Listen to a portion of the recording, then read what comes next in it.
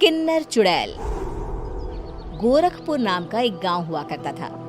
उस गांव में ज्यादा लोग नहीं रहते थे। उस गांव में एक गर्भवती विधवा औरत रहती थी। उस औरत का नाम कमला था। कमला अपने घर में अकेली रहती थी। उसके पति की सारी जायदाद उसके नाम हो गई थी, पर सभी गांव वाले उस औरत को मनहूस औरत समझा करते थे और सभी उससे नफरत किया करते थे। एक बार कमला राशन की दुकान पर खाने का सामान खरीदने जाती है।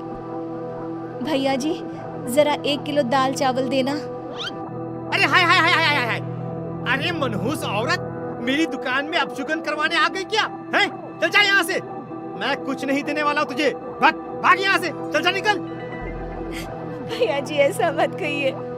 मैं गर्भवती हूँ, मुझे खाने की बहुत जरूरत है। मुझे खाना दे दीजिए। दुकानदार कमला को वहाँ से धक्के मारकर भगा देता है। तभी कमला रोते रोते उस गांव के किन्नरों के इलाके में आ जाती है। गांव वाले किन्नरों को उसी इलाके में रखा करते थे, क्योंकि वो लोग किन्नरों को पसंद नहीं करते थे और उनके इलाके में रहने से मना करते थे। तो किन्नरों ने उसी गांव में अपना एक इलाका बना लिया था। जब किन्नर लोग देखते हैं कि एक गर्भवती महिला रोते रोते उनके इलाके में आ गई है, तो सारे किन्नर कमला के पास जाकर उसका हाल पूछने लगते हैं। क्या हुआ बहन, तुम्हारी गर्भवती अवस्था में इतनी बुरी हालत कैसे है? तुम रो क्यों रही हो? तुम डरो मत, हम तुम्हें कोई नुकसान नहीं पहुंचाएंगे। तुम शांत होकर सब बताओ कि हुआ क्या है। मैं कमला हूँ। मैं गांव के दूसरे इलाके से आई हूँ। 2 महीने पहले ही मेरे पति की मौत हुई है। मुझे गांव के लोग मनहूस मानते हैं, क्योंकि मैं विधवा हूँ और गर्भवती भी। वहाँ के लोग मुझे खाने के लिए कुछ बेचने के लिए भी तैयार नहीं, जिससे मेरा गुजारा नहीं हो रहा था। कोई बात नहीं कमला, हम तुम्हारा ख्याल रखेंगे। किन्नर लोग कमला को एक खाली घर में रहने के लिए जगह दे देते हैं और उसकी देखभाल भी करते हैं। कुछ ही महीने बाद कमला अपने बच्चे को जन्म देती है, पर अफसोस, कमला बच्चे को जन्म देते ही अपनी जान गंवा देती है। जब सब किन्नर बच्चे को देखते हैं तो बहुत खुश हो जाते हैं, क्योंकि वो बच्चा भी किन्नर ही था। कमला ने एक किन्नर बच्चे को जन्म दिया था।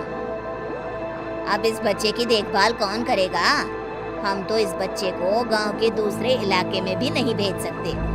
और तो क्या हुआ, इस बच्चे की माँ नहीं रही तो हम इसे पालेंगे। अब ये हमारे इलाके में रहेगा, हमारे साथ रहेगा। फिर वो किन्नर उस किन्नर बच्चे को गोद ले लेते हैं, उसका नामकरण कराते हैं। उस किन्नर बच्चे का नाम शक्ति रखा जाता है। देखते ही देखते शक्ति बड़ी होने लगती है। उसके रंग रूप बहुत सुंदर थे। वो बहुत सुंदर किन्नर दिखती है। एक दिन शक्ति एक किन्नर से पूछती है, माँ जी सुनिए ना, ये गांव के दूसरे इलाके में भी तो लोग रहते हैं, तो हम वहाँ क्यों नहीं जाते? हम उनसे अलग क्यों रहते हैं?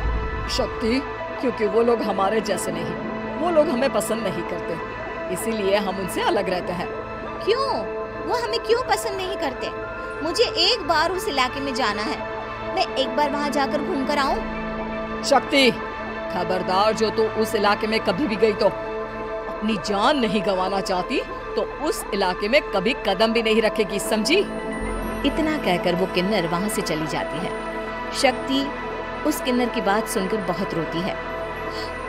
माँ जी, ऐसा कैसे कह सकती हैं? उन्होंने इतनी सी बात के लिए मुझे इतना डांटा। अब तो मैं उस इलाके में जरूर जाऊंगी। फिर एक दिन शक्ति गांव के दूसरे इलाके में चुपके से जाती है।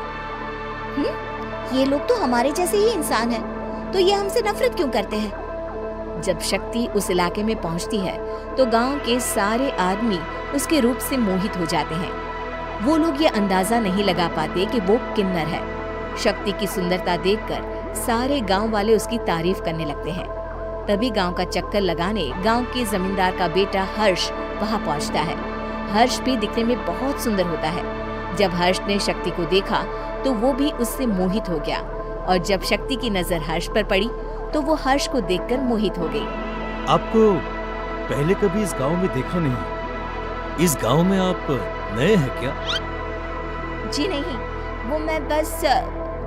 तभी शक्ति बोलते बोलते रुक जाती है और मन में सोचने लगती है, अगर मैंने इनको बता दिया कि मैं दूसरे इलाके से आई हूँ तो वो समझ जाएंगे कि मैं किन्नर हूँ, इसलिए मुझे इनसे झूठ ही बोलना पड़ेगा। शक्ति हर्ष को कहती है, जी हाँ, मैं इस गांव में नई आई हूँ, यहाँ अकेली रहती हूँ। वैसे आप कौन हैं? आप भी इसी गांव में रहते हैं? जी हाँ, मैं इस गांव के जमींदार का बेटा हूँ।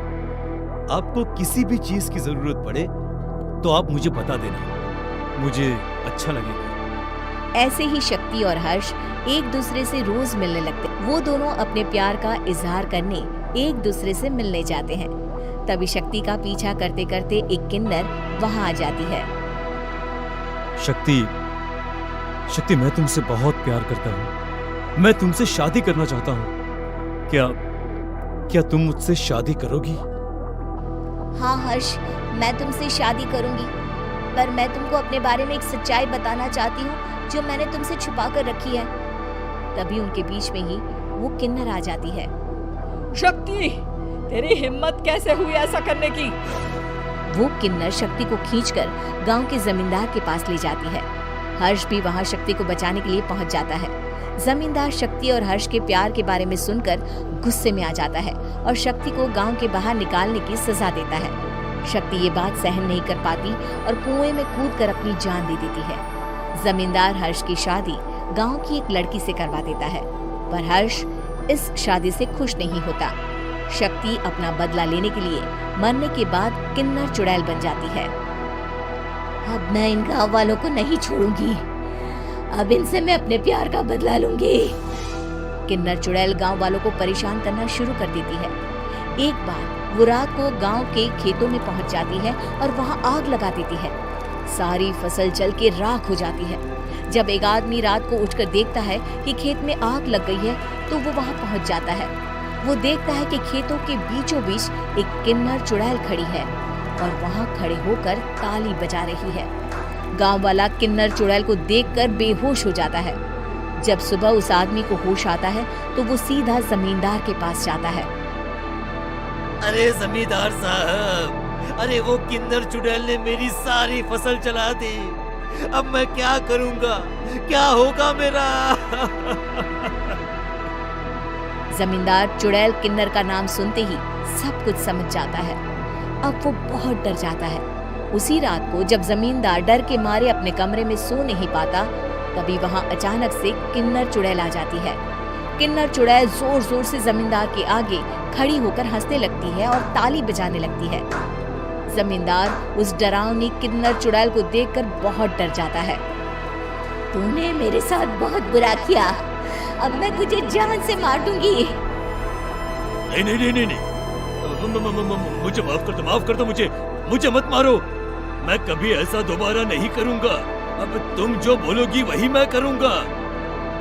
ठीक है, मैं चाहती हूँ कि किन्नर इलाका गांव के इलाके से जुड़े और गांव का कोई भी आदमी किन्नर समाज से द्वेष न करे, उससे नफरत न करे, नहीं तो मैं सारे गांव को मार दूंगी। और तुम गांव में एक नया कानून बनाओ कि अगर किसी ने भी किन्नर समाज को हानि पहुंचाने की कोशिश भी करी या इनसे भेदभाव करने की भी कोशिश करी तो उनको कड़ी से कड़ी सजा मिलेगी। हाँ हाँ हाँ हाँ, मैं ऐसा ही करूंगा। तुम जो बोलोगी वो मैं करूंगा, पर मुझे जाने दो प्लीज। तब वो किन्नर चुड़ैल वहां से चली जाती है। गांव का जमींदार किन्नर चुड़ैल का कहा मानते हुए दोनों इलाकों को एक कर देता है और नया कानून भी लागू कर देता है।